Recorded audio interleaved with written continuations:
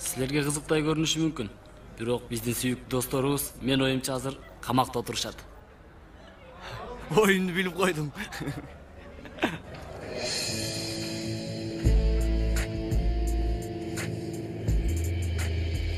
Бале. Çağlar. Oğatan Caner dostum. Politsiya kokusundan geldi öyleysin bu. Nege suradın dostum? Oyuna bir nerse geldi be? Жоқ досым. Кайсы жапай шериктерин сатып жиберет? Туура. Андай жапайлар болушу мүмкүн эмес. Жапай дегенди эстеп кеттим. Бойрас, кандайсың? Анан аябай өкүнөт.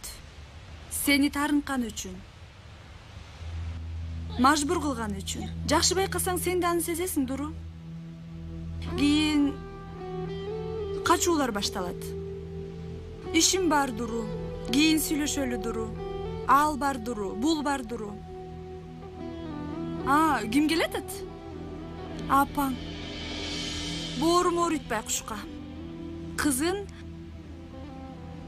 аягы жок сүйүү тагдарынан куткаруу аракетинде жүрөт. Girsen gir. Кош келгин, Метин. Кош келиңиз, байке. Чоң рахмат. Кандай болду? Бул иш качан болду? Осмон агай Метин агайга көчүп барыптыр. Ушундай болуп калды, байкабай калдым. Чын айтып жатасыңарбы? Дал болуп калыптыр. Кел, айтып бересиң. Бул сынакты токтотобуз, эже. Сынактын суроолору урдалыптыр. Урдалыппы? Ким?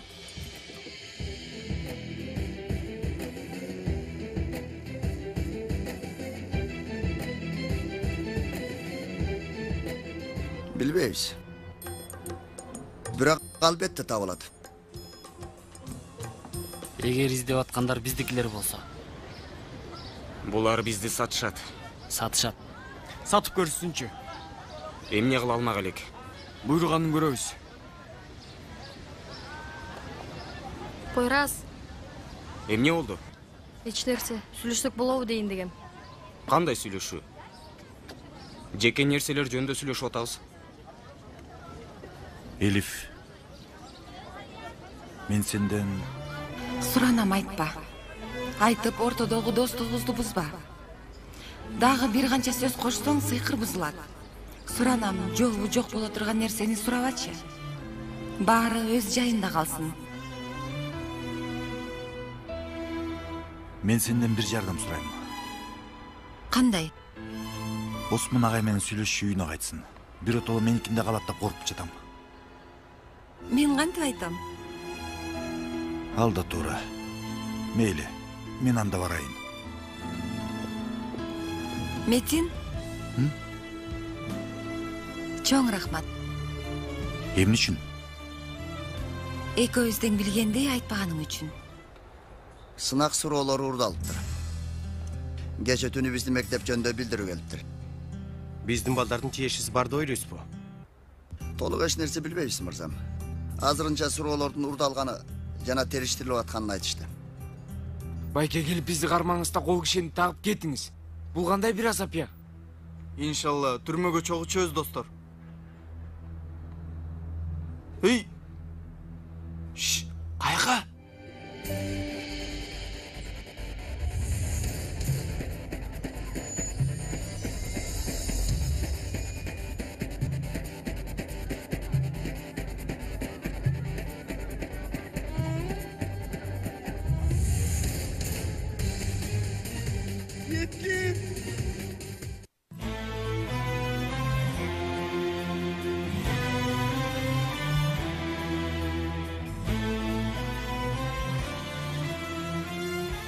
Жашоо сүртүмдөрү сынак.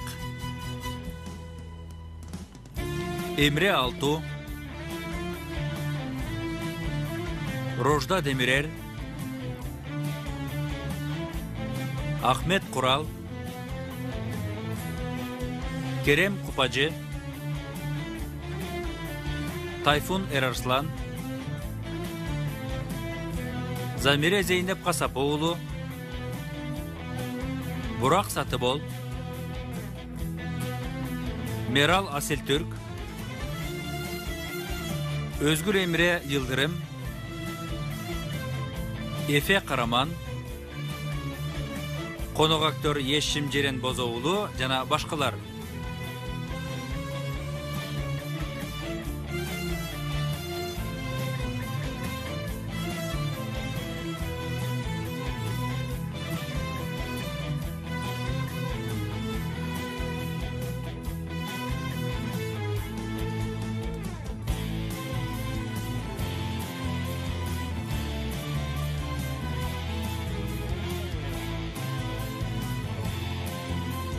Rejissörü Çağrı Bingüller, prodüsörü Cem Tabak.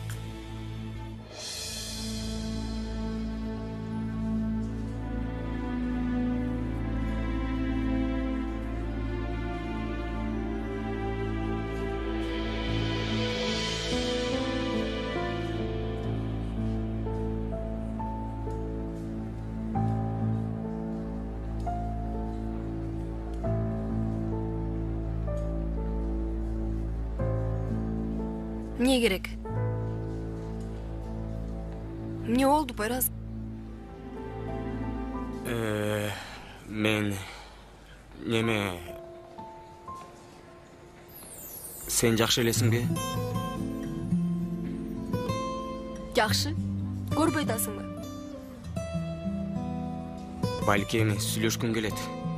Же сырыңды айтсаң жеңилдеп каласың. Кереги жок. Кандай түшүнбөйсүң, Poyraz?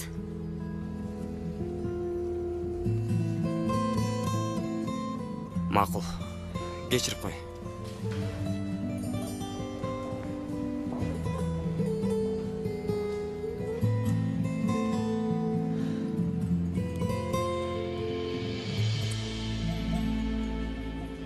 Башың иштейби сен? Досум, бул эмне кылганың сени? Айла жок, көрбөй жатасыңарбы? Силерди уткарам мен. Бакырба. Досум, биз бир тууганбыз. Эгерде ката кылсак, баарыбыз чогуу кылабыз. Жазасын да бирге алабыз. Биз үчүн келгендерин кайдан билебиз? Ооба. Балдар. Этен байкеңер суроо сурайм дейт. Спорт залга баргыла. Булардын коркуп жатканын көрдүңүзбү? Силер жан баштап жатпай, сабак окусаңар болот. Жүргүлө спорт залга. Этен байкеңерге жардам бергиле.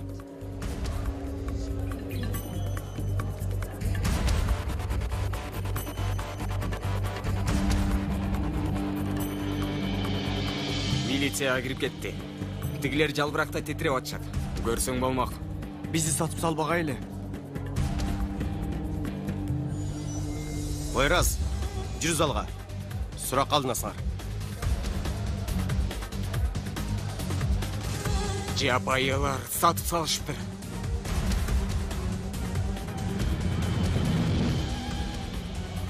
Эмне кылабыз эми? Тынчтангыла. Эч ким үн чыгарбайт. Көрбөдүм, укпадым, билбеймин. 3 маймыл эсеби. Бул акмактардан ары кандай жамандык күтсө болот? Болор иш болуптур.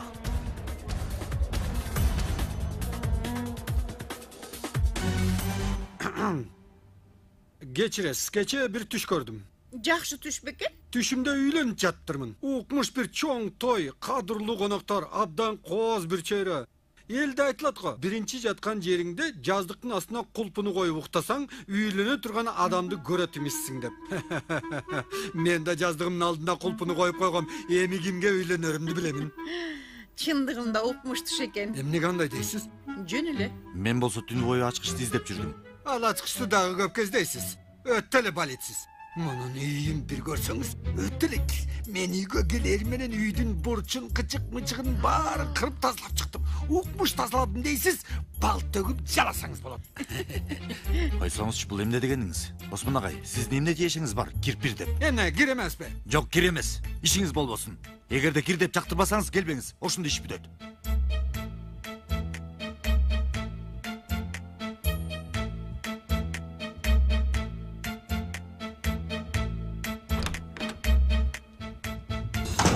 Эми ушул сизге жарашабы, Метин бей? Жарашпады. Өзү араң жүргөн эмеге муш урдуңуз го. Эч жараштыра албадым. Эч.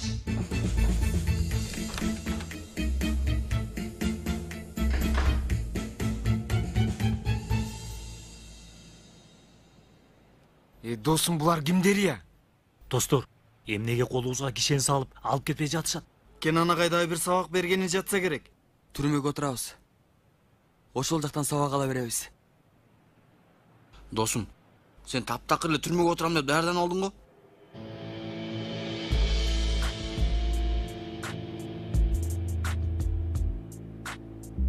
Дароо сатып салдыңарбы силер? Ким сатыптыр, байкап сүйлө. Негизи кептин баары силерде. Бир камерага отургузуп койбосун деп суранып туралы. Жаштар, Кенан агай силерге аябай ишенет. Колуңардан эмнегелерин көрөлүчү. Кана, барып кийинип келгиле.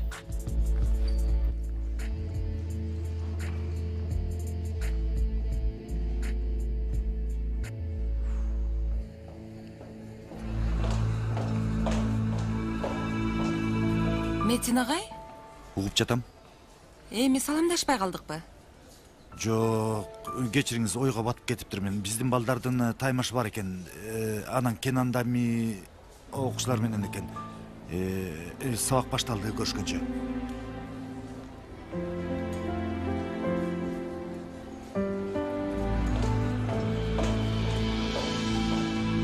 Көргүлүктү көрдүңөрбү? Эй, мен эч нерсени түшүнбөй жатам. Түшүндүрүп койгулачы. Азыр эмне, биз ойногон жатабызбы? Булардын жана Керсейген агайы бизге дагы бир сабак өтөйүн деп атыптыр. Акыр аягында кишен тагалып кете турган болсо, бул артисттик эмне үчүн? Сен көптү билет экенсиң. Жигит эмессиңер балдар. Бизди дароо саттыңар го. Кара балдар, оюнга даярсыңарбы? Биримдик менен ойнойду, тартиптүү экенибизди көрсөтөлү. Анан дагы туура чабуул менен баштайлы. Топ туурдагыла, макулбу? Урдабайлычы агай. Татыкты ойнойлу. Биз ар дайым ошондой кылабыз. Себеби уруулук бизге жарашпайт. Агай, булар уурдасын. Булардын колуна жакшыраак келет. Эмне дегениңерди түшүнбөй турам. Ай, мейли, жүрө аянтчага. Жүрө баскыла, аянтчага. Демек суракты аянтчада кылат экен. Күнөө жергиликтүү операция сыяктуу нерсе болот окшойт. Сөзсүз түрмөгө отурабыз. Чакыруу күтүп жатасыңарбы? Жүргүлө.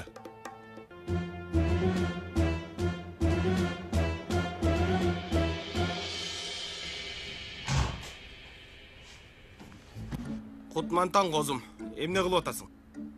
Эмне кылмак элек? Керектүү кабарлардын астын сызып жатам, басмага жөнөтөйүн деген. Жакшы. Эмнеси жакшы, Рыфат? Эмнеси жакшы? Иш жарыяларын карап жатам. Көрбөй жатасыңбы? Эмнеге? Эмнегеби? Рыфат, сен байкабай элесиңби? Болгон нерсебиз күйүп күл болду. Келип Кенан жезден жанына жашындык. Анан ал ташысын биз жейли, О, жайлуу жайыт таптык да, Козум, таң атпай башымды оорутпачы. Менин сураганым иш жарыяларды эмнеге карап атасың дедим. Билбейм. Балким колу чөнтөктөн чыкпай, оозун ачкан күйөөм бар үчүн болсо керек. Алла, сенин мага болгон ишеничиң гана. Мага сен жанымда болсоң эле жетишет. Өф эмес. Рыфат, эмне кылабыз деп кичине ойлонуп койсоң, бир нерсе болосуңбу я? Козум, кел алдыгы кесипти. Кое бер. Аял башың менен иштетпейм сени. Мен карап жатпаймынбы? Жөрбөйсүң.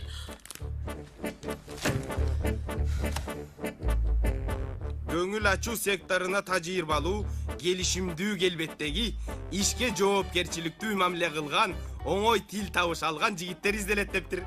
Козум, буга канча акча коротушту? Андан көрө 2 сөз жазса жетишет болчу. Рыфат, кел деп. Мен чалайын буларга.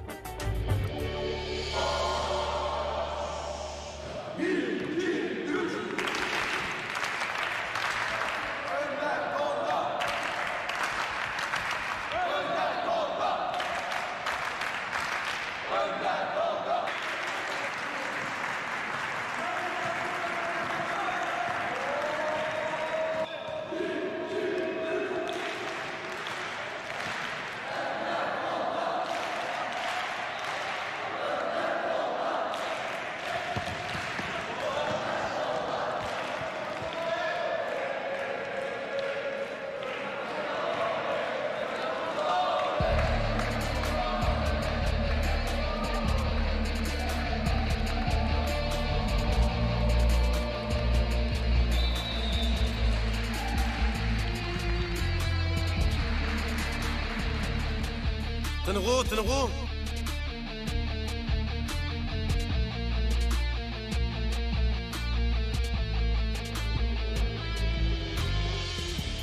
Деги эмне болуп жаткан арда? Мага түшүндүрүп бере аласыңарбы? Агай, баары жакшы.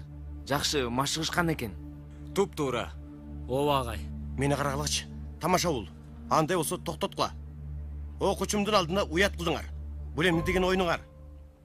Ай, адамды көтөрүп, тоого алып бараганыңар эле калды. Топ салсын деп. Агай, булар окуучуларыңарбы? Дал келип калган. Дал келген жок. Мен өзүм чакырдым. Силер үчүн дагы жакшы болот деп чакырдым. Оюн кылгыла деп чакырдым. Демек, оюн үчүн келиштиби? Ойнойлу деп келишти. Бирок ушуну кантип оюн деп атаса болот? Ойнош үчүн келишиптир. Демек, оюн үчүн эле экен. Кандай жакшы, оюн үчүн келишиптир. Анда ойноп алып кетишет да. Козголасың. Дагы бирөөңөр оюн үчүн дегенде кайталасаңар, жаман болосуңар. Баргыла эми. Адам бол ойногула. Болла, кана, бол.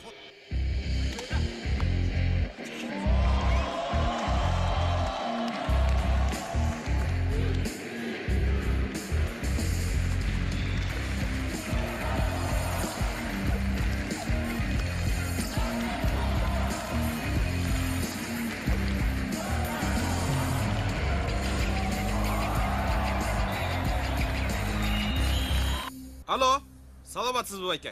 Бул күздөр үчүн өзгөчө күн. Анткени силер издеген кан табылды.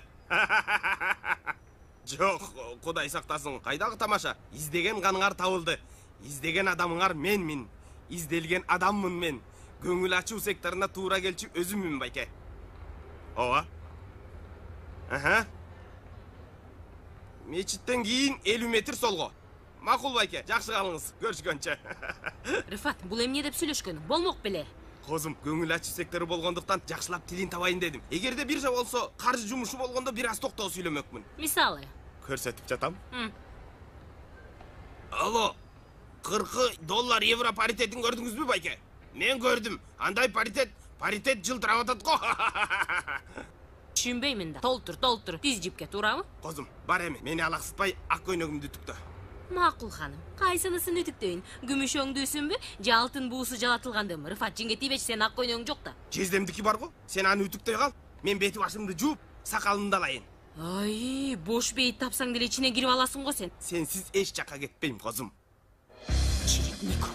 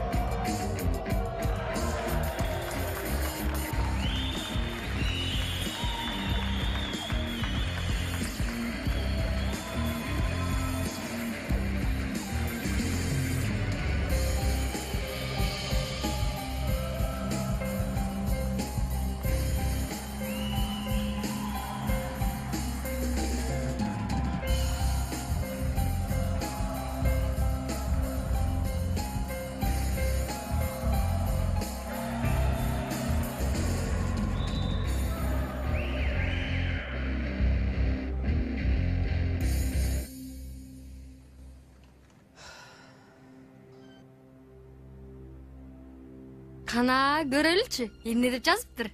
Бер алдыгыны. Кенан агай? Бер деп жатам. Вай, сен Кенан агайга ашыксыңбы? Ишиң эмне? Өзүңдү билип алчы. Эмне демекчисиң? Канча жылдан бери Пойразга тымызын ашык болуп жүрөсүң? Жок, андай эмес. Мен андай ойлобойм, жаным. Бирок сенин кылганың туура эмес, айтып коеюн. Элиз деймин. Эмне? Эмнеге мындай кылып жатасың? Мен Кенан агай үчүн сени сындабадым го. Макул, кечирип кой. Биз доспузбу? Ооба. Жакшы. Жүр анда. Досуңдун кеңешин угуп кой жаным. Дуру Пойразды карабай таштап кетип, азыр абдан капа болуп жүрөт. Анын жарасын сакайта турган кишиге муктаж. Эмнеге ал киши сен болбойсуң? Билбеймин. Пайрас мени эч байкаган жок. Мында анын айыбы жок. Себеби сен көрүнбөй жүрдүң, өзүңдү көрсөтпөй жатпайсыңбы? Салам кыздар. Апей, буга эмне болду? Өзгөчө ысык саламдашты го. Мен түшүндүм окшойт. Кандайсың Дуру? Ишиң эмне? Ай, ушунчалык ысык салам берсем да жактырбайт. Балким сенин саламыңды каалабай тургандырмын. Дагы ыйладыңбы? Жанер да туурабы? Бул Жанер эч өзгөрбөй койду го. Ушунча шоу, мул, бир мезгилде бычак менен кескендей бүтүп калдыбы? Мен чынында муну деле айтайын деген эмесмин. Бирок мен сага мурда эле айткам, Дуру. Сен экөөбүз курдаш болуп калганыбызда сага көп нерсе айтып бермек. Макул, өзүң билесиң да.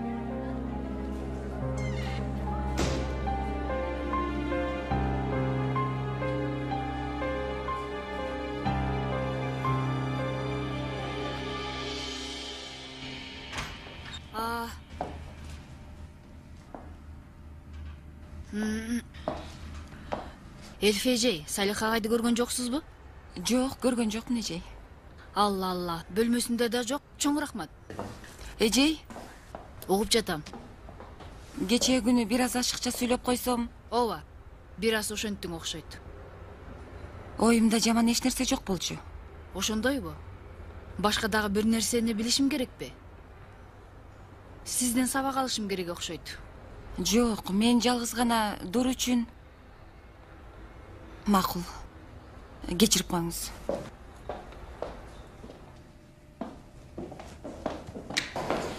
Эльфи эжей, сөзүңүз бүтпөй калды го. Чынында, Дуру менен эмне болуп жатканыңарды билбейм. Араңарга кирейин деген ниетим жок. Мен жалгыз гана жаш кыздын эмне сезип жатканын билем. Сизди угуп жатам. Ошол күнү Дуру менин кучагымда эмес, сиздин кучагыңызда болууну каалаган.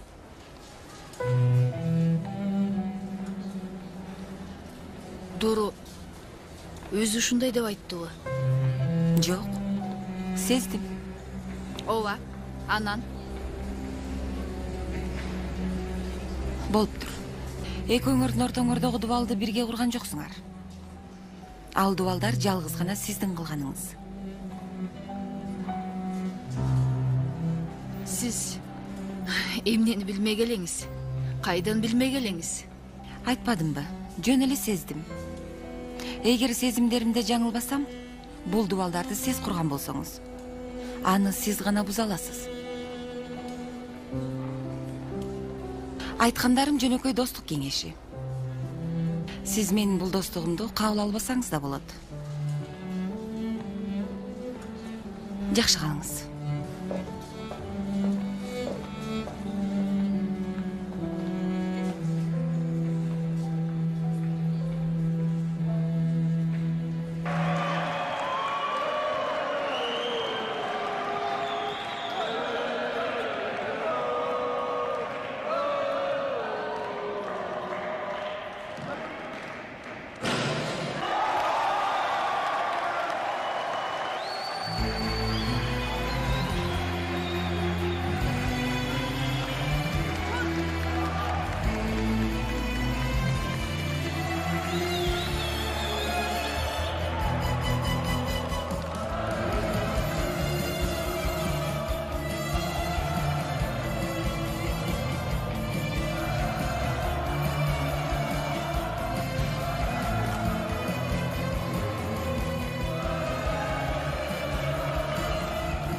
Азыр унчукпай калчу учур эмес. Угуп жатасың мени? Ай, сенин ишин меникинен да кыйын. Андай эмес жаным. Кыйын эмес.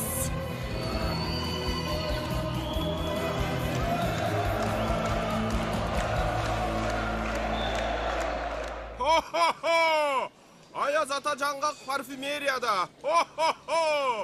Жаңы жыл сюрприздери. Хо-хо деген эмнеси? Хо-хо деген эмне? эшик турганда мордон кирген адамга башка эмне керек? Алла сактасын. Бул телефон кайдан чыкты? Тармалым чалып атат. Угуп атам, тармалым. Ооба, козум баштадым. Бүгүн биринчи күн. Козум болбойт. Болбойт. Биринчи күн келүүгө болбойт. Кийин. Макул. Жакшы кал. Оозума сөз келбей. Гана чыкты. Макул анда. Көрүшкөнчө. Макул, мен да. Алла.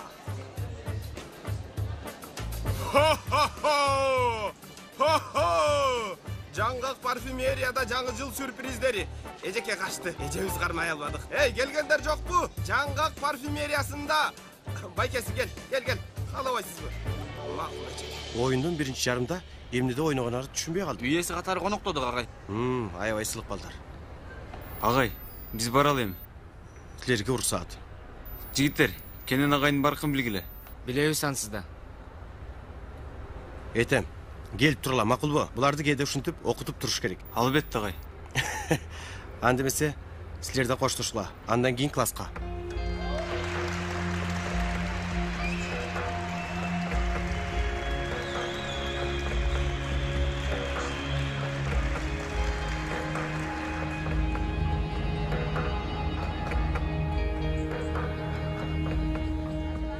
Кызык күн болду, айтпа, Балдар, биз биринчи жарымда коркуп атып жаман ойнобогондо сөзсүз жеңмекпиз. Туура, жеңмекпиз. Макул, үйдө көрүшөбүз, балдар.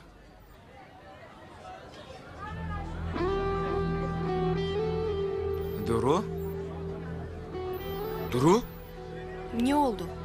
Менден качып атасың, эмне болду? Тарындыңбы? Качыппы? Менби? Ооба. Чарчадың окшойт. Эмнеге чарчайт экенмин? Мен билбейм. Эркелеп жатасыңбы сен? Андай эмес. Эй, Дуру! Эмнеге бир күн кечке алыс жүрдүң? Жаңы эле түрмөгө отуруп кала жаздадым. Эмне? Жүрүңүз, жолдон айтып берейин. Көк үчкөндөр баратат. Али бүт элек. Эмне кылмакчысың?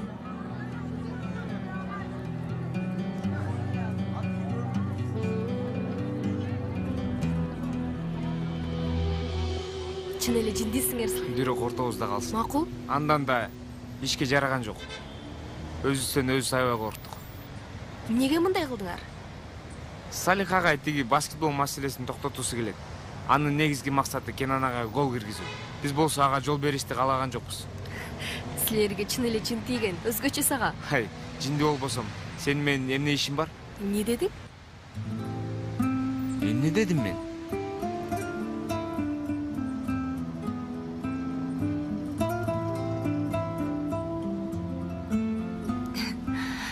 Жанер, мындан кийин эмне болсо дагы бири-бирибизден эч нерсе жашырбайлы, макулбу? Макул. Мени канчалык капа кылса дагы, эмне болсо да. Сөз бересиңби? Сөз берем. Сен де сөз бер. Сөз берем. Дуру.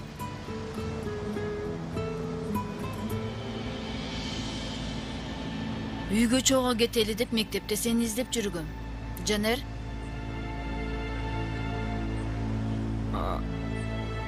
Эже, биз неме Дуру менен эртеңки сабак үчүн. Макул. Жанер, бүгүн кечки тамакка биздикине келбейсиңби, балам? Сүйлөшүп отурабыз. Апа?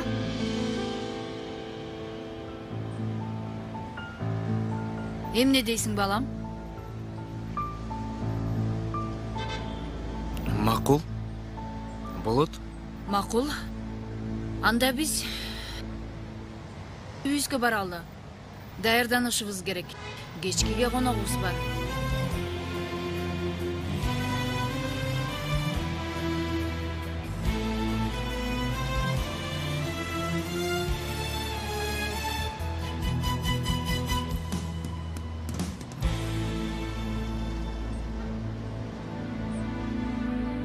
Ямур, сен бир нерсе пландап жатасыңбы? Жок. ушинтип жол ортосунда тура беребизби, Ямур? Силер бара бергиле, мен Жанерди күтөм.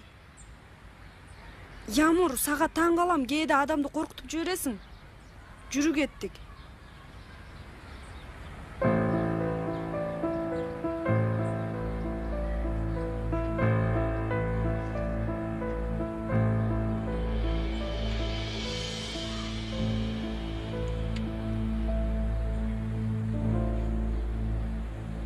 Жанер, Бул жерде күтүп турдуңбу? ооба, Эмнеге? сени күттүм. Ямур ук. Миң жолу айттым го. Бул кылганың менен өзүңдү кемсинтип жатасың. Сени сүйөм. Маселе ушунда. Мен сени сүйбөймүн. Мурда сүйчү элем го. Баары бүттү. Да канча жолу айтышым керек сага? Жанер, мен өзүмдү жаман сезип атам. Ямур, бул эмне дегениң?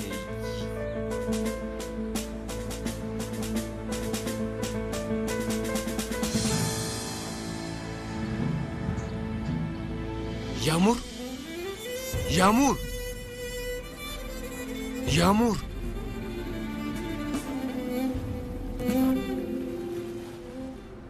Албай жатат. Жезди. Эмне болуп кетти, Айнур? Рифат жок. Кычалат болбо. Аны полициядагылардын баары таанып бүткөн. Көп болсо чай ичип келе берет. Ай экөөбүз сүйлөшкөн болчубуз. Бүгүн биринчи күнүм деди. Мен барайын десем келбе деди. Жаман иштерге аралашып жүрбөсүн. Жок ай, ал аралашкан иштер эмнеге жаман болсун? Кайдан билейин, Жезди алаңкуу алданып калат. Ай, алып таштандыга таштап коюшпасын. Көрдүңүзбү?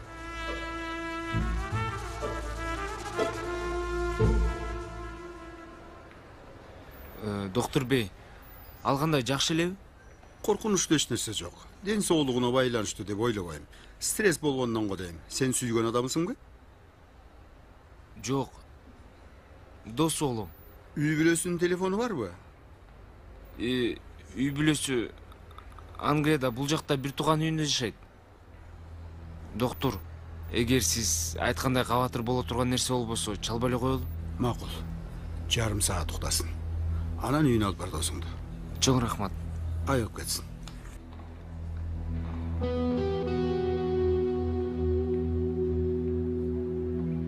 Жанер, мен каяктамын?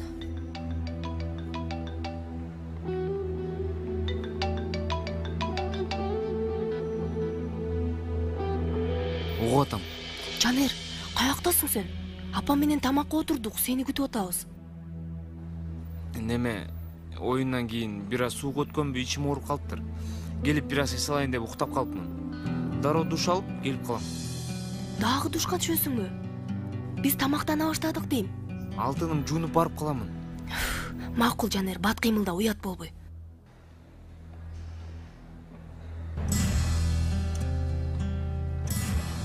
Дуруу.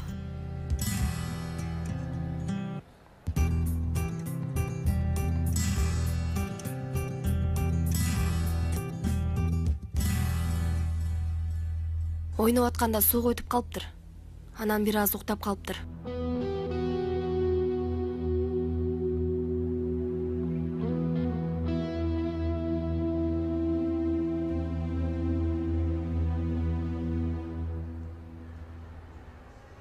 Балдар, үйдүн чачыгын карагылачы, жыйнабасак болбойт. Туура айтасың, жыйнаш керек. Сөзсүз, жыйнаш керек. Качан? Бош болгондой. Эмне болушу мүмкүн? Телефон чалып ат.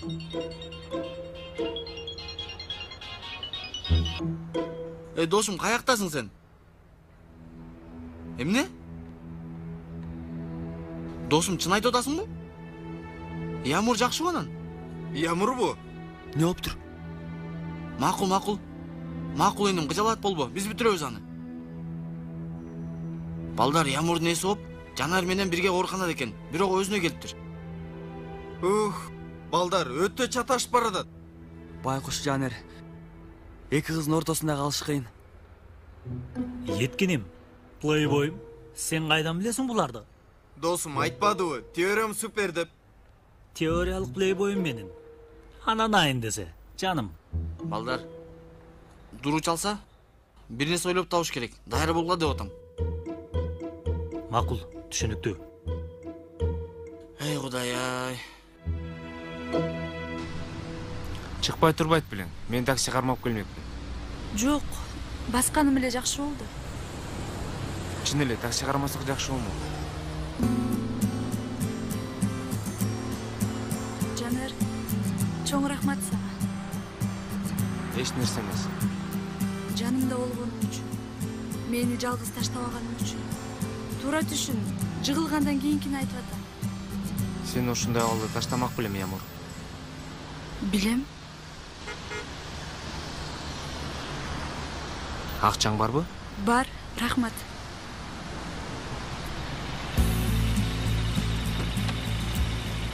Үйгө өзүң жете аласыңбы? Жетем. Жеткенде чалып кой, кыжалат болом. Чалам.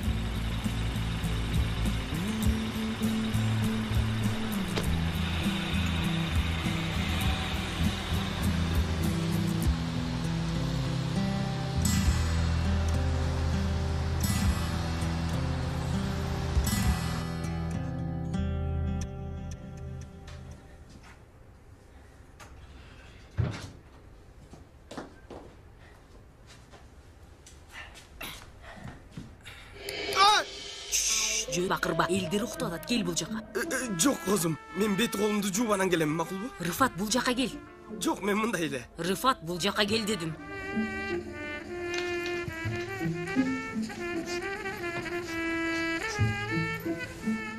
Рыфат, атыр жыттанып жатасың сен. Атырбы? Атыр койчу козум, мен атыр колдонбойм. Рыфат, мен сага атыр жыттанып жатасың дедим. Метробуска түштүм. Метробустун ичи ушунчалык быкычык экен. Эгер жакшылап издесең, үстүмө сары, кара, кызыл, ичке узун ар түрдүү чачтарды тапсаң болот. Аялдар чогулушу бар бекен метробуста? Чынында мен билбеймин. Козум, мен кол бетимди жууп келейин, анан келем.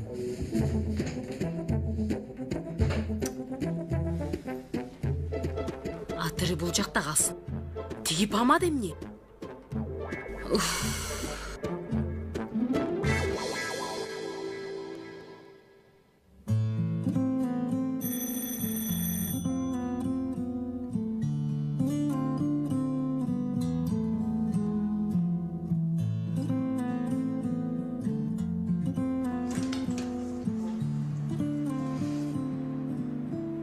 Келбей эле койбойт белең. Дуру, чын айтам. Чын сууга өтүп калыптыр. Балам, жакшы элесиңби? Убара болбой эле койсоң болмок, ооруп атсаң.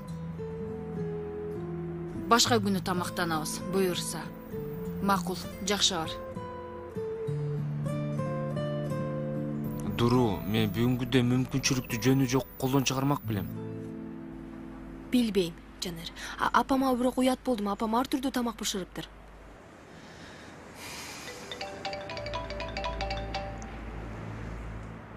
Жооп бербейсиңби?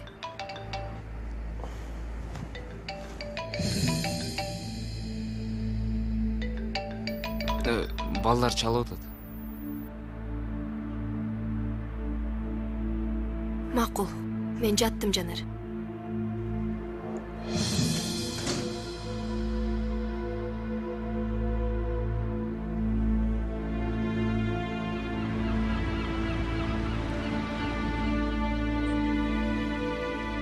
Эмне болгонун түшүнбөдүм. Эсимди жоготуп коюптурмун. Жок жерден, кокустанбы? Ооба, түшүнбөй калдым. Чын эле түшүнбөдүң. Анан? Андан кийин мен жыгылып калганда, Жанер дароо мени кучактады. Мындай катуу кармап.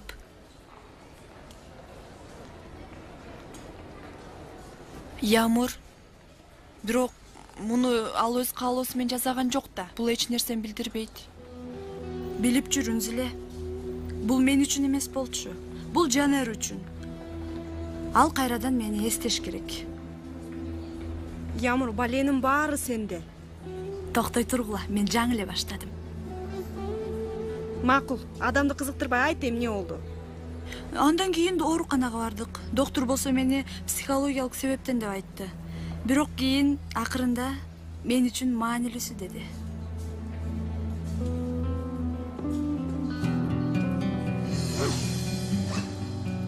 Эмне болду сага, Сейфи? Карда жаттыңбы? Жок. Жанер кайда? Силер менен эмеспи? Жок. Ал кечинде Дурунукуна тамакка кеткен. Түнү болсо өтө кеч кайтты.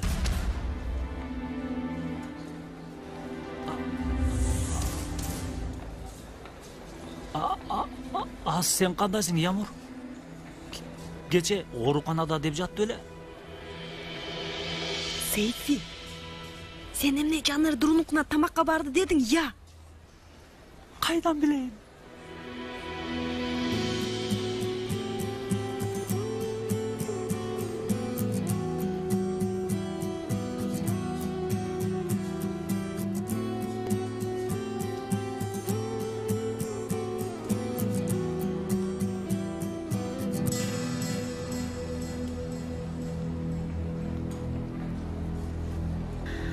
Алысты самап жатасың, Пойрас. Мурдуңдун түбүндөгү сени сүйгөндөрдү көрбөй жатасың.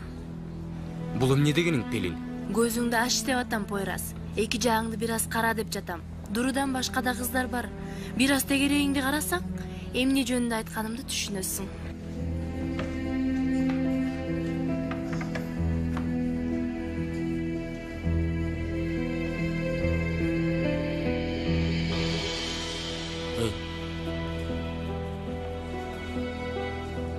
Эмне болду?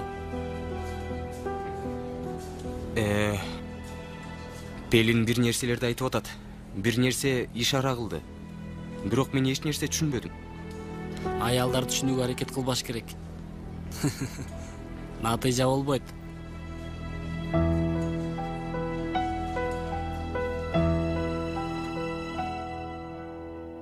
Ай Осмон агай, экинчи мындай кылбаңызчы.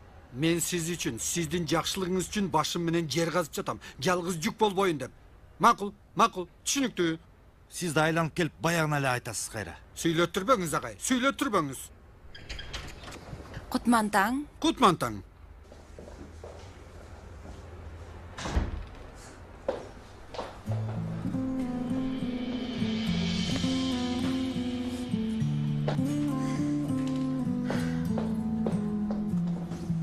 Менин досум кайда кеткен?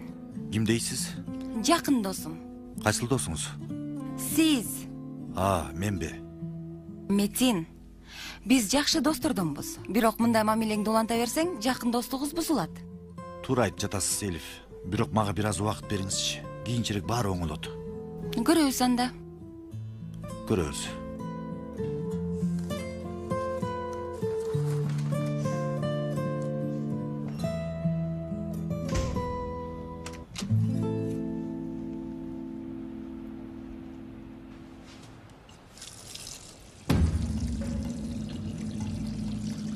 Айыгып кет. Эмне болгонун сурабайсыңбы? Айыгып кет дебедимби? Кече мектептен кийин эсимди жоготуп коюптурмун. Дагы жакшы Жанер жанымда болчу. Дагы жакшыбы? Эмне болду? Баштагандан кийин айт. Калп эле өзүңдү кыйнага. Көздөрүңдөн көрүп турам. Койчу жан, айтып өзүңө кел. Болбосо кечке чейин бетиңди бырыштыра бересиң. Макул анда. Суранып калыптырсаң айтайын. Кече мектептен кийин бирге болчубуз. Жанер менен. Кийин бир мезгилде башым айланып кетти. Көздөрүм караңгылап, жыгылып кеттим. Жанер болсо ошол замат ооруканага алып барып, кийин көзүмдү ачсам жанымда. 1 мүнөткө да жанымдан жылбаптыр.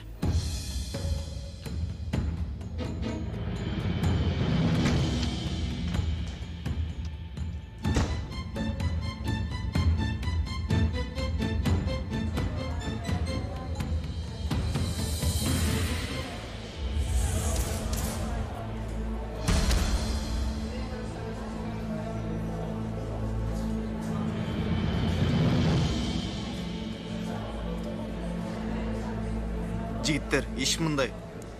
Ямур Дуруга барып, кечинде Жанер менен бирге болгонун айтып берди. Дуру болсо азыр Жанерди өлтүргүсү келип атат. Жок. Өлтүргүсү келбей эле. Мындай бир жерге камап алып, кыйнагысы келип атат. Себеби өлүм Жанер үчүн оңой кутулуу. Ооба. Жанер мен.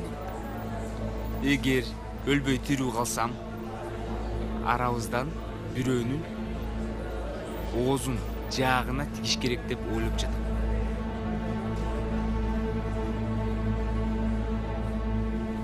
Ай, андай болгон жок.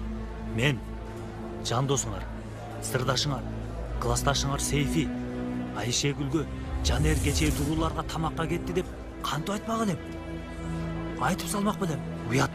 Силер ушинтип ойлоп атасыңар го. Ушун үчүн силерди уяткаргым келип жатат.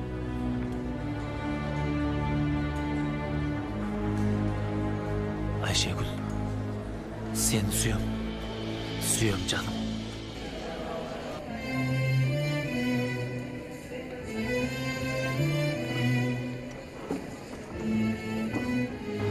Кет.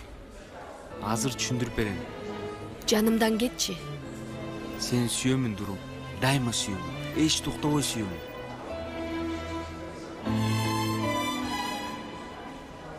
Жалган айтасың. Ичим ооруду, сууга өттү дейсиң.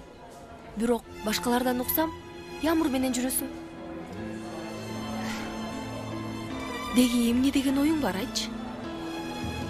Ямур жаныма келип сүйлөшөлү деди. Кийин бир заматта эси ооп жыгып калды. Аны ооруканага алып бардым. Ооба, жалган айттым. Бирок сени жоготуудан корктум, Дуру. Азыр да сүйлөп атам, бирок сени жоготуу коркунучу ушунчалык ичиме сиңип калыптыр. Кечирдиңби? Сөз бергенсиң, Жанер, сөз бергенсиң. Мен сенин ордуңда болсом, өлсөм дагы калп айтпайт болчумун.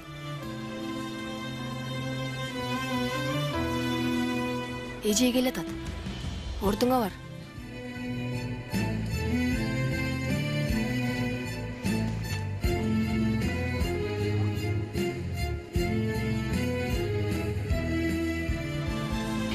Саламатсыңар, балдар. Отургула.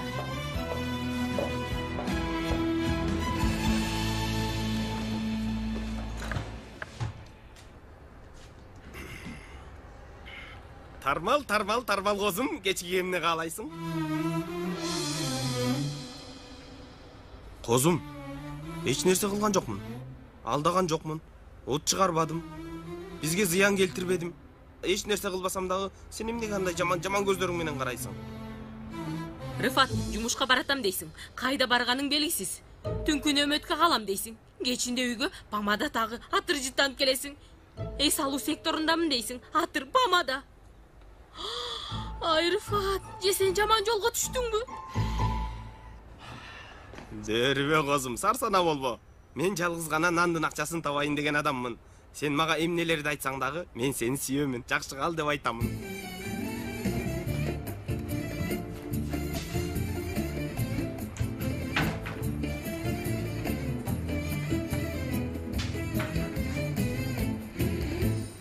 Ай, Кудайым-ай.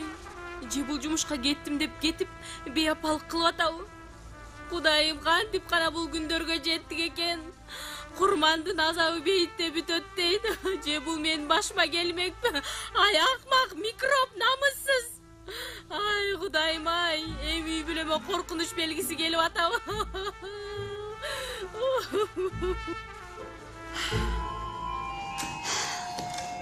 Сынакта ийгилик каалайм, балдар. Колуңардан келишинче даярдан кыла.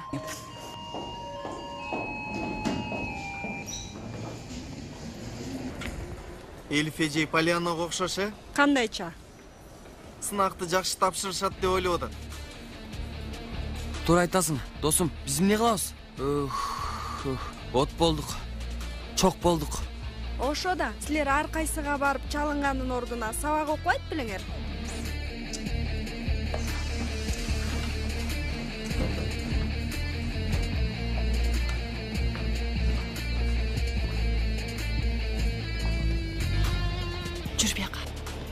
Ямур, Жүрү биздин аркабыздан баскын. Ушу Ямурга боорум ооруйт. Жанердин көңүлүн буруу үчүн эмне гана жасаган жок. Апыртып жатасың. Апырткан жокмун жаным. Эмне кылып жатканын карап турсаң, баары сага окшош коркок эмес. Эмне кыл дейсиң? Барып анын үстүнө секирейинбейми? Эй, аракет жаса. Эмне ойлоп тапсаң да бир нерсе кыл. Азыр ыңгайлуу учур. Дагы мага акыл айтып коет. Өзүң эмне кыласың? Агайды жалдырап ашык көздөрүң менен карап жүрөсүң. Менин ишим оорураак досум. Жакшылап өлчөп, тактап тартыш керек. Кеп Кенан агай жөнүндө. Бирок шашпай тур. Бомбаны мен жардырам.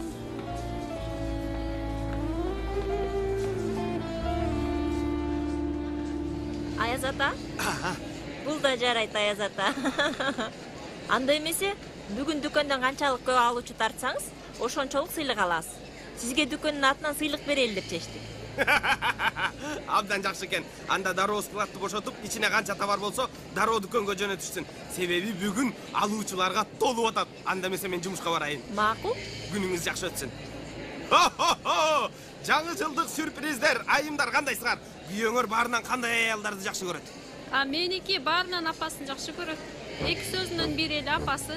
Андай эмес, мисалы, ырчылардан, артисттерден кимди жактырат? Менин күйөөм Анджелина Джолини жакшы көрөт. Оозун түйрүйтүп, анын эмнесин жакшы көрөт, билбейм. Эч кызгаалап болбоңуздар, айымдар. Анжелика Джолинин күйөөсү эми сиздерди жакшы көрүп калат. Бул жактагы дүкөнгө кирсеңиздер, сизди куултуп чыгарат. Кандай дейсиз? Кириңиздер, кириңиздер. Мен силерге ичин көрсөтөйүн, кириңиздер. Баарын көрсөтүшөт. Жаңы жылыңыздар менен куттуктайбыз. Эжеке, келиңиз, сээп берейин. Кел. Seveyim Eceke. Sizge de seveyim.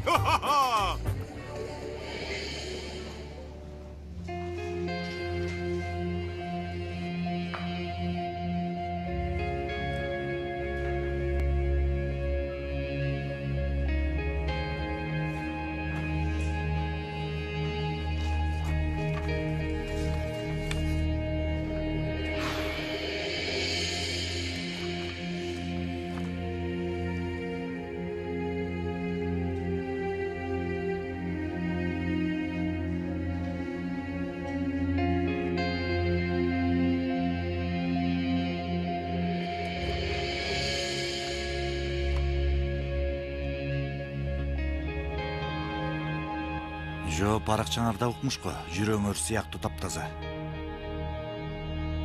Күнүбүз бүттү окшойт, агай. Азыр эмес. Болду. Барак калемдерди таштап чогулта баштагыла. Сынак бүттү. Кагазыңды бери бер. Аркадагылар алдыга жылдыргыла. Тезирээк.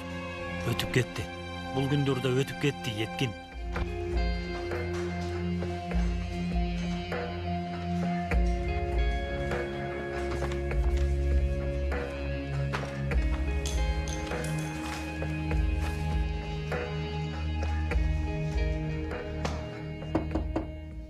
Kiriңиз.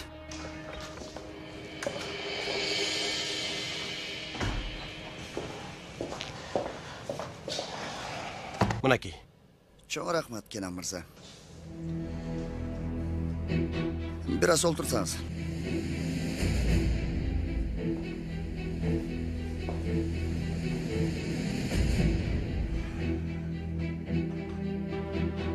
Окуучубуз Бакадыр мындан кийин баскетбол командасында ойнобойт. Айтканыңыздай болсун. Кудай жалгасын, Кенан мырза, буйрук эмес, сураныч. Бакадырдын атасына жолуктум. Ал баласын бул мектепте топтун аркасынан чургасын деп жөнөтпөгөнүн айтты. Бакадыр аябай таланттуу бала. Муну атасы кантип көрбөйт? Мен ата-энелер менен буларды талашып олтурбаймын, Кенан бей. Бакадырды командадан чыгарууңуз керек. Себеби ата-энеси ушуну каалайт. Бакадырдын сабак окушун жана университетке тапшыруусун каалашат. Бакадырдын келечеги алар үчүн баскетболдон артык. Жана сиз билгендей эле бул ар бир ата-эне үчүн кымбат. Алар менен мен дагы сүйлөшүп көрсөм? Кенан мырза. Биринчиден ата-энеси мага кайрылды. Жана бул маселени биз чечтик. Менимче сиз өз ишиңизди караңыз.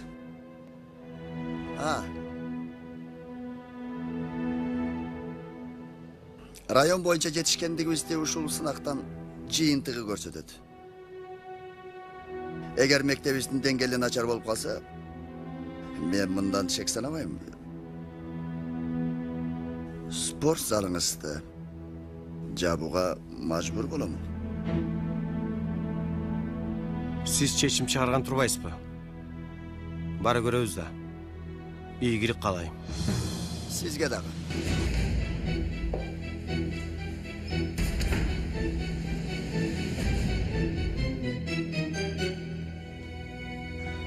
Бул сынактан нөл алаарыбыз жаман болду. Досум, сынак суроолорун урдадык. Аны да тытып салдык. Башыбызга түшкөн азап болду. Ой, өзүңө келчи досум. Өзүңдү карман. Эми университет сынагында эмне кыласың? Курстарга барасыңбы? Спорт академиясына кирүү үчүн курстарга барышым керек. Ал эми курстарга акысыз кирүү үчүн жогорку балл алуум керек. Эч үмүтүм калбады. Эмне кыларымды билбей калдым. Көбүрөөк даярданасың досум. Курска барууң керекпи? Ооба, керек.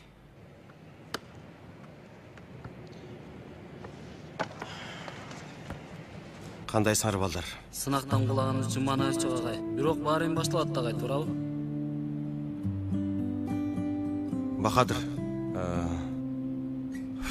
Бул командада сен бизге аябай керексиң. Билем агай. Мен да бул команда болгон үчүн абдан кубанычтамын. Бирок тилекке каршы командадан кетишиң керек.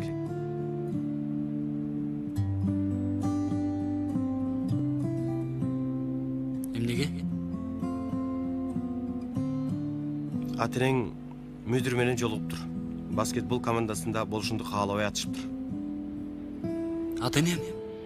Ооба. Себебин сурадыңызбы агай? Сурадым. Сен ойногонуң өзүң үчүн жакшы болот деп ойлойт экен. Эми колубуздан эч нерсе келбейт.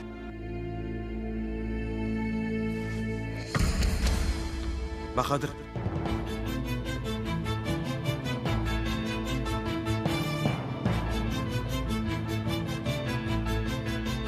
Бахадыр.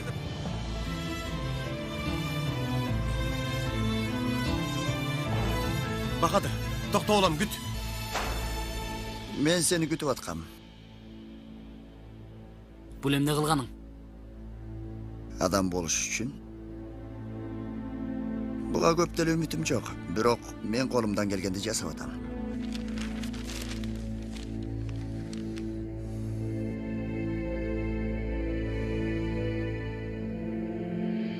Ата. Болду, өзүңө кел. Мага эмне кылып аткан түшүнүп өзүмдө эле башым жетет. Эмне кылып атасың? Эмнеге? Басынып. Чыга чыга. Баскетболдо кубанычымды көрүп, чыгарыш үчүн колуңдан келген жасадым. Себеби менин кубанычым сенин жиниңе тийип атат да. Бахадыр, чыга ишке, жетишет. Чыгып атам. Ата, мүдүр мырза, кечириңиз. Бахадыр. Мүдүр бей менен сүйлөшкөн ордуна Атенең менен сүйлөшпөйсүңбү? Ошондой кылып атам агай. Кандайчы ошондой кылып? Келиңиз агай. Сизди Атенең менен тааныштырайын. Дагы эмне болуп кетти? Эч нерсе. Караңыз агай, караңыз. Апам менен карындашым каза болгон. Мен өлтүрдүм аларды. Бир мүнөт. Алар өлдү. Аларды мен өлтүрдүм агай. Кичинекейимде, кичине бир мүнөттүк, кичинекей катамдын айынан өлүштү алар. Бол деме, жетет дедим. Өлүштү. Болдучу. Агай эмне болду? Жок, эч нерсе мырзам, эч нерсе болгон жок. Дөөдүрөп атат. Дөөдүрөп атам. Сураныч, экөөңдүн бөлмөмдөн чыккылачы. Караңыз агай, Саликтин улу Пынар Төрөгөн Бахадыр Илайызмын. Атенем издеген адамыңыз ушул. Салик мүдүрүңүз, менин атам.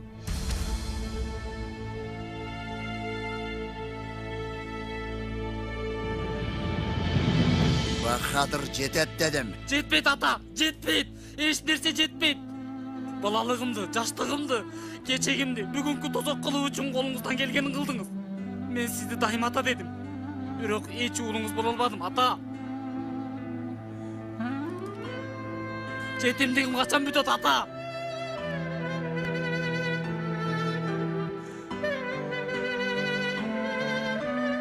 Андан кийин сен мага ата, мен да сага уул боло албаймын.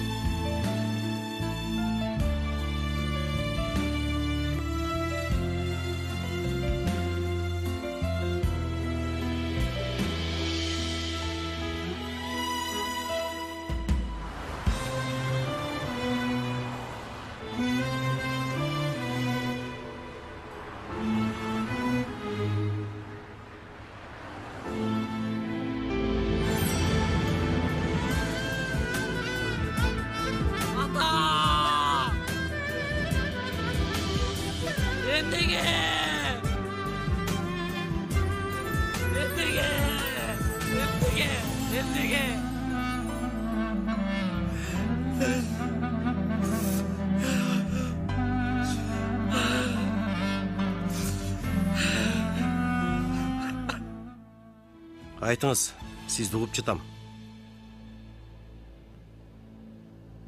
Кенен мырзам. Жанагы бұл жерде болған сандыра окуяны ансызда ешкімге айтпай тұрғаныңызды білемін. Бирок ошентсе да эскертип коеюн дегем. Тиешеси жок маселеге башкаларды аралаштыруунун кереги жок. Ошондой эмеспи?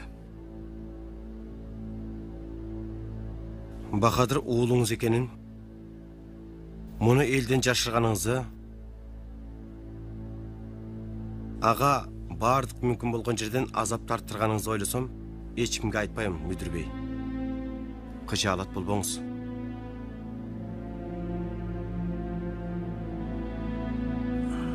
Байкашында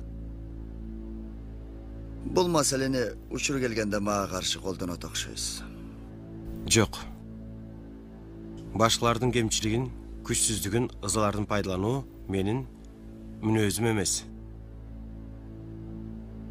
Ошондуктан Бахадырдын урусааты болбой туруп, эч кимге айтпайм. Себеби бул жерде ызаны көп көргөн ал.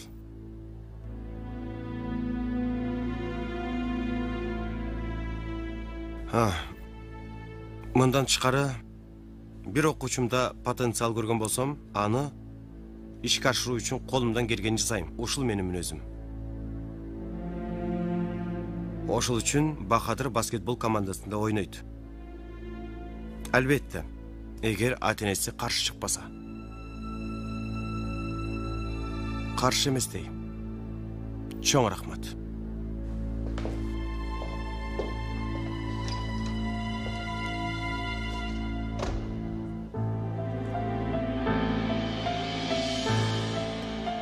Кыздар, силерге өтө сонун сунушум бар. Кандай? Бизге тамакка келбейсиңерби? Кайсы тамакка? Сейфи булгандайча? Досум билгизбей тур. Токтой тур. Бул сунуштун мазмуну демек мындай. Силер бизге келип тиги 15 күндүк идишти жууп бергиле. Андан кийин 15 күндүк кирди да биротоло жууп салгыла. Андан тышкары тамак жасагыла. Чынбы? Жок. Ага чейин азык түлүк алуу үчүн дүкөнгө барасыңар. Себеби үйдө эч нерсе жок. Чын эле мен муну унутуп калыптырмын да. Кыздар, бизге чын эле жардам бергилечи. Жакында мэрия таштанды төгөбүз деп биздин үйгө кирип келет. Туура айтат. Абдан сонун болмок. Ойлонсоңор, баягы күндөрдөй баарыбыз бирге. Балдар, бизге жардам кереги жок, туурабы? Бери карасыңар.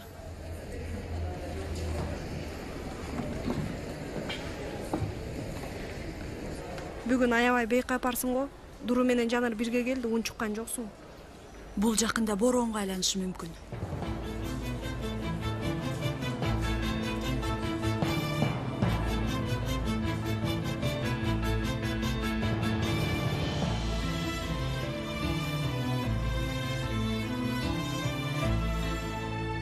Бахадыр жооп бербейт. Бул жигит кайда жүрөт я? Кайдан билейин? Бахадыр чалып атабы? Угуп атам. Чын элеби, байке? Макул, дароо учуп барам. Учкан бойдон кайда барасың? Бир ишим бар эле. Эми кайда барасың, досум?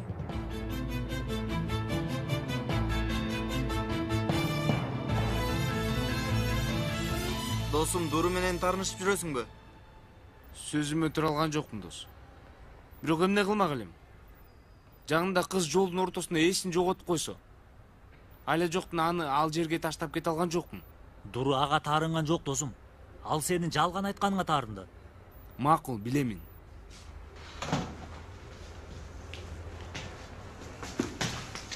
Мына балдар, бүгүн тазалык күнү. Үй жыйнаш үчүн керектүү нерселердин баары ушул жерде.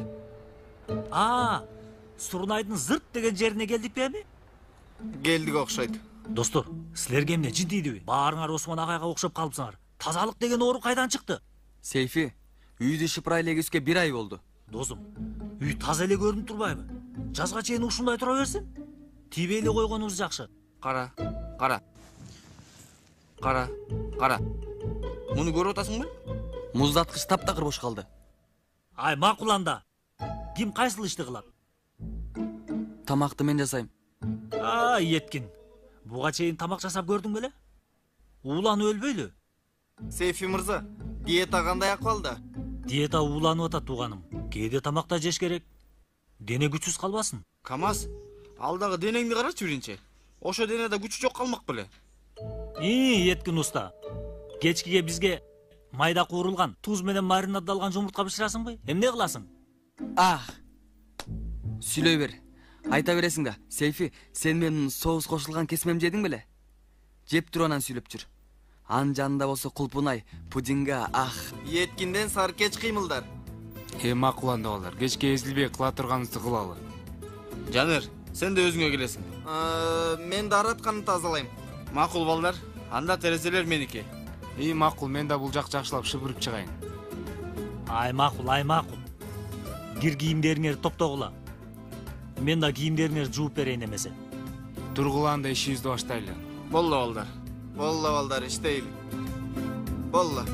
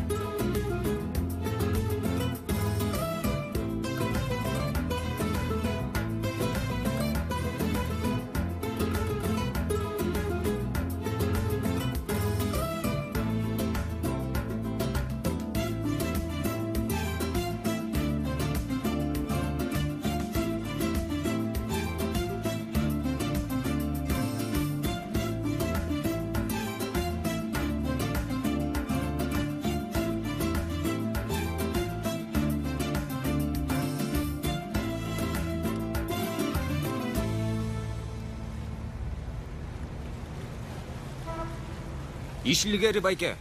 Жигит, келдиң бе? Көзүңдү чоң ач. Ким канчанын жегенин кара. Çoңдору 1 lira, кичинелери 50 kuruş. Düşündün mü? Düşündüm байке. Ишилгери болсун. Чоң рахмат байке.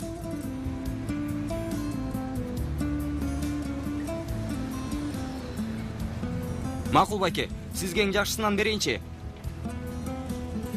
Алыңыз. Балдар колдорум бүрүшүп калды. Өзүңдүн маңдайыңа жазылгандан көр. Кече 1 саат муздак сууга түштүң. Бүгүн болсо кийимдер айына кошулду. Так эле кинодогудай. Сейфини суу менен сыноо. Күлө бергиле. Тараткандан эмне кылгансыңар? Тажрыйба кылдыңарбы? Тазаладык иним. Эмне менен? Кислота мененби? Досум боорум күйүп кетти. Эмне берсеңер ошону менен жуйын да. Эч нерседен коркпойт экенсиң досум. Чоң рахмат сага. Башкаларыңар да кирип чыктыңарбы? Уланбасак болду. Жаман да бул. Мен 10 мүнөт мурун ал жака барып келдим, бирок андан бери 10 мүнөт өттү.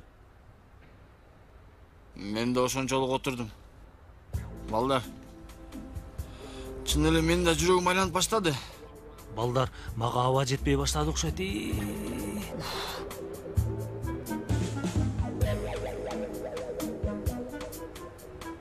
Омер? Досум, сен да көзүң кызарыптыр. Койчу. Мына Еткин устан тамактары даяр. Уста, биз анча жакшы эмеспиз. Ач калганыңарданбы? Албетте, кантыңар да түшүп кетти. Кандын басымы да азайды. Силер азыр менин тамактарымды жегенден кийин сонун болуп каласыңар.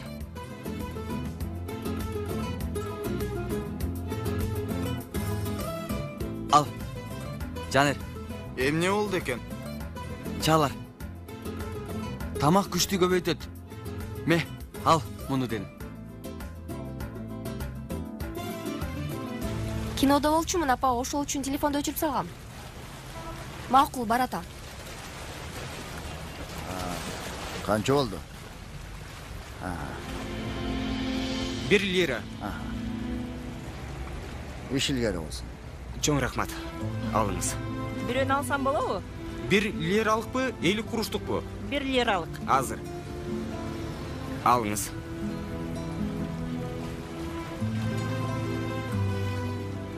Ишилгери Пойраз.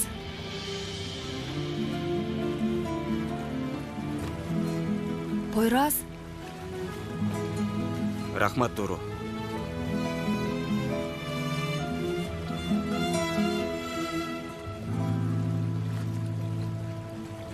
Жезде, Рыфат бейапалык кылып атат, билесизби? Рыфатпы? Ооба, билем. Сиз мага такыр ишенбей жатасыз. Бирок жумушка барам дейт. Үйгө помада изи атыр жыттанып келет. Эшикке чыгып сейилдедим дейт. 4-5 сааттан кийин келет. Сүрө. Кандайсыңар? Рыфат, кош келдиң. Бул убакытка чейин эмне кылып жүрөсүң? Жезде, мен колу бетимди жууп алайын, андан кийин келемин. Көрүп жатасызбы, Жезде? Жок ай, бейопалык кылат деп ойлобойм. Жалган айтат, Жезде алдап атат. Азырда атырлардын жытын кетирүүчү ваннага кирди. Кичине баланы алдап аткансып, микроб.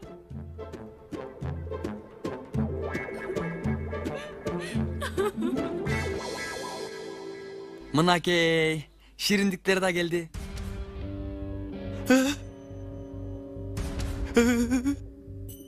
Сейфи. Сейфи. Caner. Caner. Oygun Caner.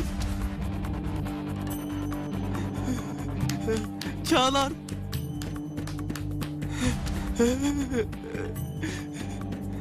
Ömer. Ömer. Karaç. Durgula. Doğduğu adamlar. Attın ay.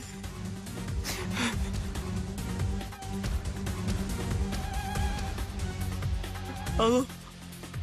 Jardamga. Alo. Tez jardam gerek. Men dostlarıma u berip koydum.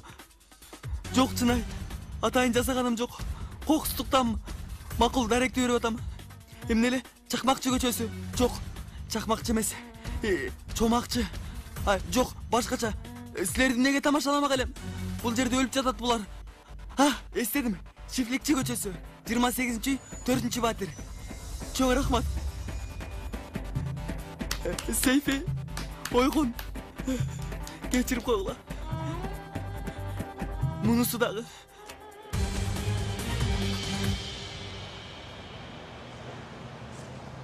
Үмүтүм сынакта болчу. Анымда ишке ашкан жок. Акыры Үмүт баскетбол командасында калды. Ал дагы Салих агайдын айынан бүгүн эртең жабылат. Курстардын баары акча менен.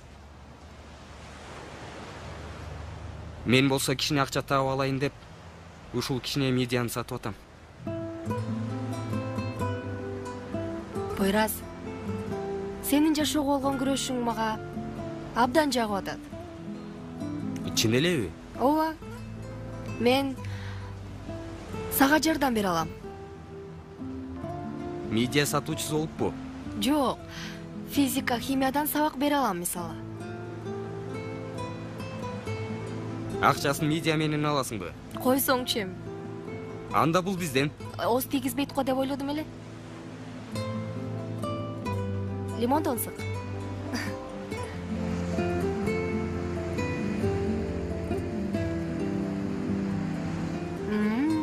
Дагы бирөөнүбү? Макул.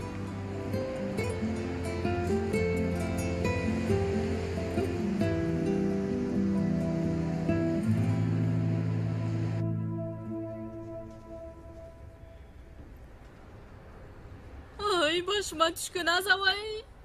Ай, башыма түшкөн азабай. Жезде көрдүңүзбү? Жезде көрдүңүзбү? Айнур, мейли бирге болгон аялдардын помадасын алсын. Бул кебезде эмне кылат? Кайдан билейин мен? Жезде өзү боёноп анан. Ал муну, ал.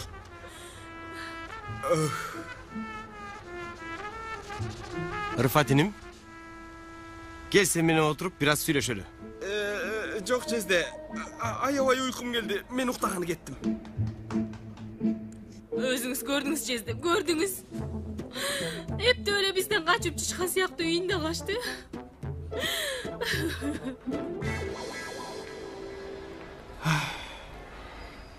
Не кылдым мен? Не кылдым? Дос өлтүргүч болдумбу? Сейфи айткан болчу. Ууландырасың деген. Келесомун мен. Келесом.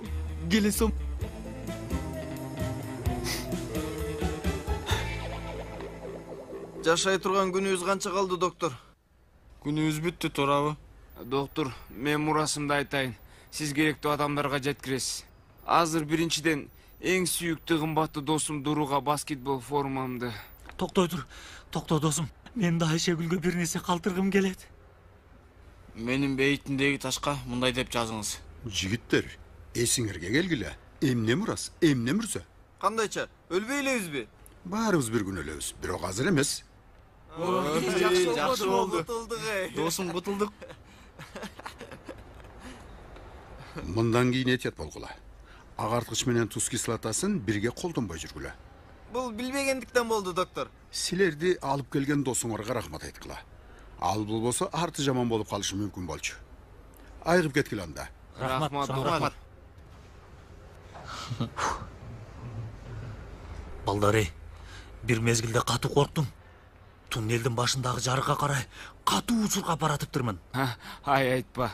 Мен да жашоом мындай фильм тасмасы сыяктуу көз алдымдан өтүп кетти. Еткинде катуу сарсан болду байкуш. Машинада келатканда бир маалда өзүмө келдим эле, тызылдап нарын чуркап жүрүптүр. Байкушум, тамактан ууландык деп ойлоп жаткандыр.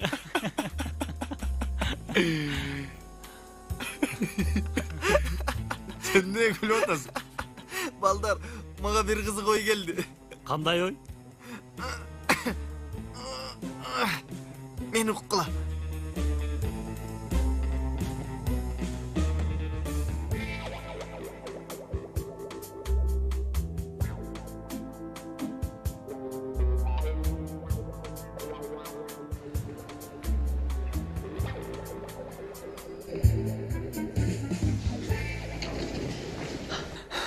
Доктор, досторумду көрүүгө болобу? Албетте, алар бөлмөдө.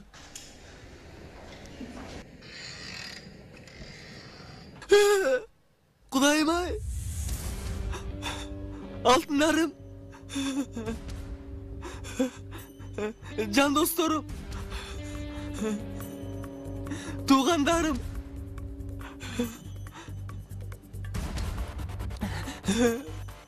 Жан курбуларым.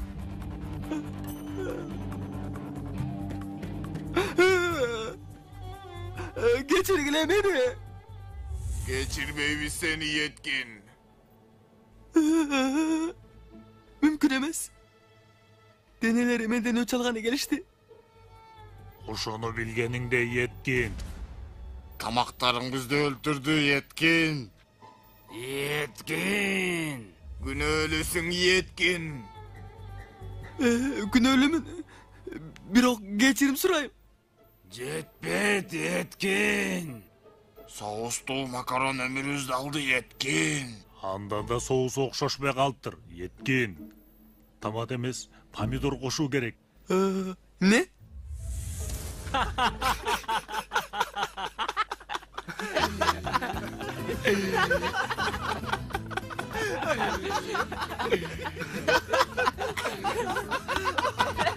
Кандайча? Силер өлгөн жоксуңарбы? Өлгөн жокпуз, дубалды чаап көрсөң. Бирок кандай коркуттук. Коркуттуңарбы? Силер кандай досуңар өзү? Кечирим сурайбыз, Yetkin. Токтой тур. Мен өч албай койбоймун. Гүлбө. Гүлбө. Карачы, дагы эле күлүп жаткандарым.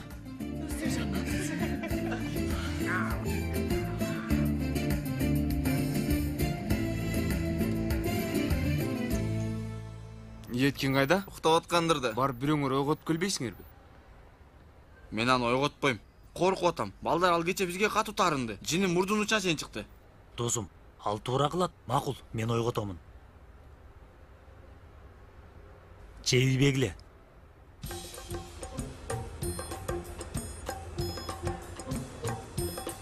Yetkin, досум!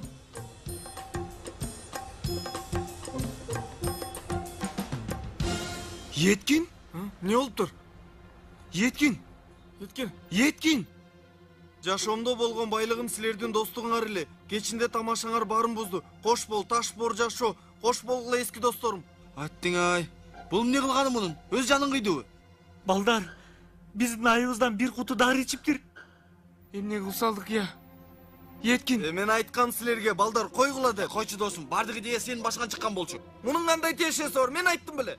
Сен айтпадыңбы шешеп түстүбүзгө? Балдар акырыңла. Vay, gol! 1-1. Эми эсепти теңдештирдик. Эмне? Азыр сеничи, азыр сени. Не oldu? Мен силерге айттым беле? Өчүн аламын деп айттым беле? Демек ошондойбу? Ошондой. Силер ушуга татыптуусуңар. Эми талим алсаңар керек. Эски достор имиш. Азыр көрөсүң сениним. Муну өөп туруп ал жака кое турчу. Мен ойлорумду окуп жатат окшойсуң. Туура айтасың досум, туура. Азыр эмес. Ал ойлогонуңар мен да оюма келди. Бирок азыр аны бул жерде кылганым болбойт. Туурабы жигиттер? Аягыла мени. Аягыла. Секир.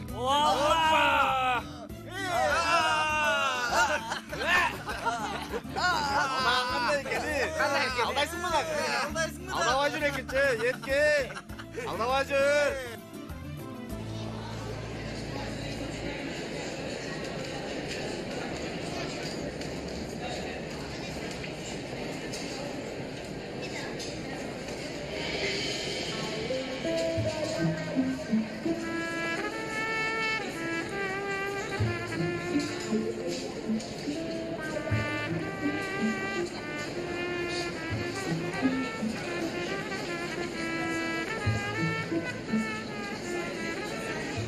Демек ушул жерде иштейт экенсиң да, сүйгөнүм.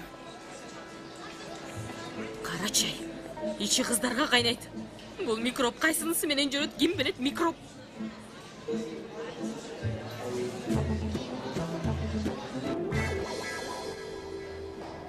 Дуру. Угуп атам. болдучу эми жаным. Сага айтайын дедим.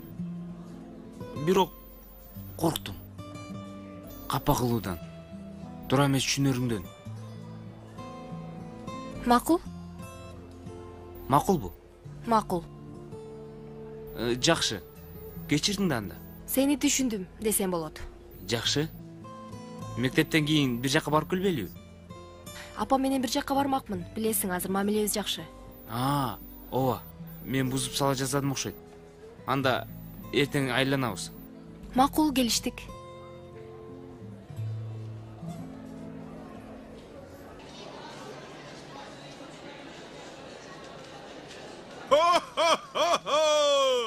Жаңы жыл сюрприздери.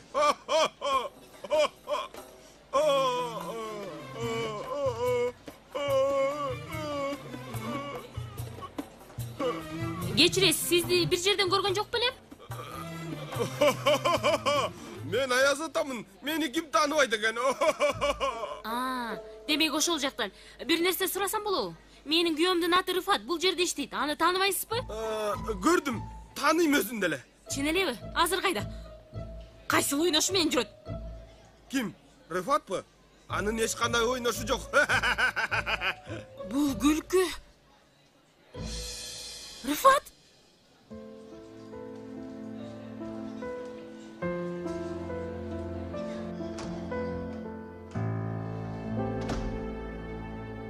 Агай, мен сизди күтүп жаттым эле. Жай элеби? Тилекке каршы андай эмес, агай. Сынактын жыйынтыгы келди. Ошондойбу? Жыйынтык? Жаман.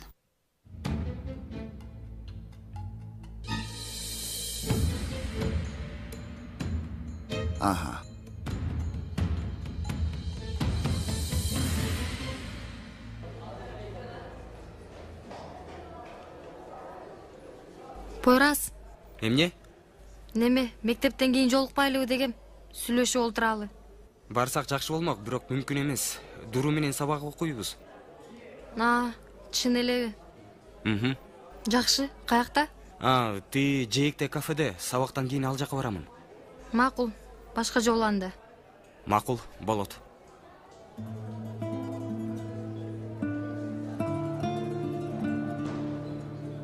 Болуптур, кийинчерээк сүйлөшөбүз.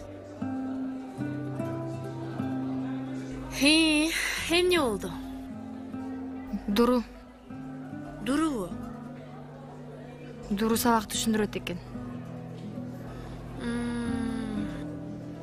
Абдан сонун жаңылык. Муну бирөөгө жеткирүү керек. Ямурду көрдүңбү?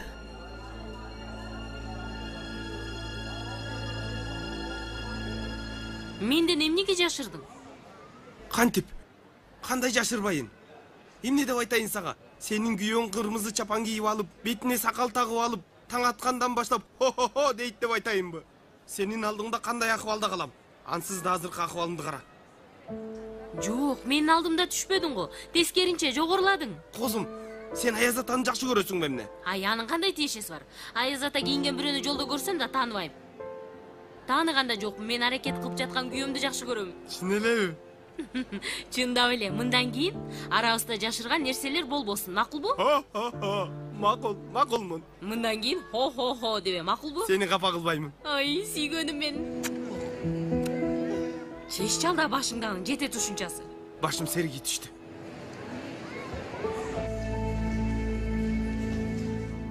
Жанер. Эмне болду? Мени ушунча жаман көзүң менен карадың го? Жаныңа жакындан да коркуп атам. Оорукана жөнүндө мен атайын айткан эмесмин. Жөн эле кыздарга эле айткам, биздин эле кыздарга. Анан ага да жетиптир. Мен Дуру менен сүйлөшүп коем. Кереги жок. Жанер. Мен чын эле Дуру менен сүйлөшүп, сенин ордуңа кечирим сурайм. Ямур, сен кийлигишпей уктуңбу? Эми менен сабак окуп жатат. Мен алардын сабагына жолтоо болбой барып, тез эле түшүндүрөм. Бат эле кайтам кайра. Ким менен сабак окуп атат? Пойраз менен окуп жатышат го. Жээктеги кафеде. барып түшүндүрүп бат эле кайтам. Эмне Пойрас, кайсы кафе Ямур? Сен билбейт белең. Сага айткан жокпу? Чын эле таң калыштуу го. Ямур, баягы адатыңча жөн эле айтып жатасың да. Мен баарынан таң калганым, кайерге чейин барар экенсиң? Туура айтасың. Мүмкүн жөн эле айтып жаткандырмын. Жалган угушу мүмкүн. Бирок сен чалып сурап да койбойсуң, туурабы? Эмне кереги бар?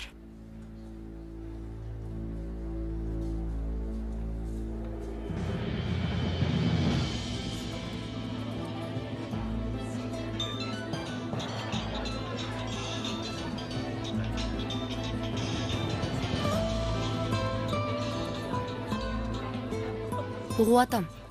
Каяктасың? Айттым го, апам менен базардамын. Макул, убактыңды албайын. Мектепте көрүшөбүз. Макул.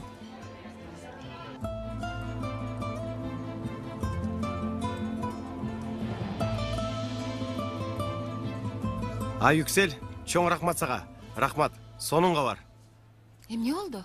Машыктыруучу таптым окшойт. Жакшы болуптур. Кенан мырза. Угуп жатам. Сынактын жыйынтыгы жөнүндө кабарыңыз барбы? Белгилүү болду. Ооба. Бирок тилекке каршы жакшы эмес. Демек, спор салты жабабыз. Келишим ушундай болчу, туурабы?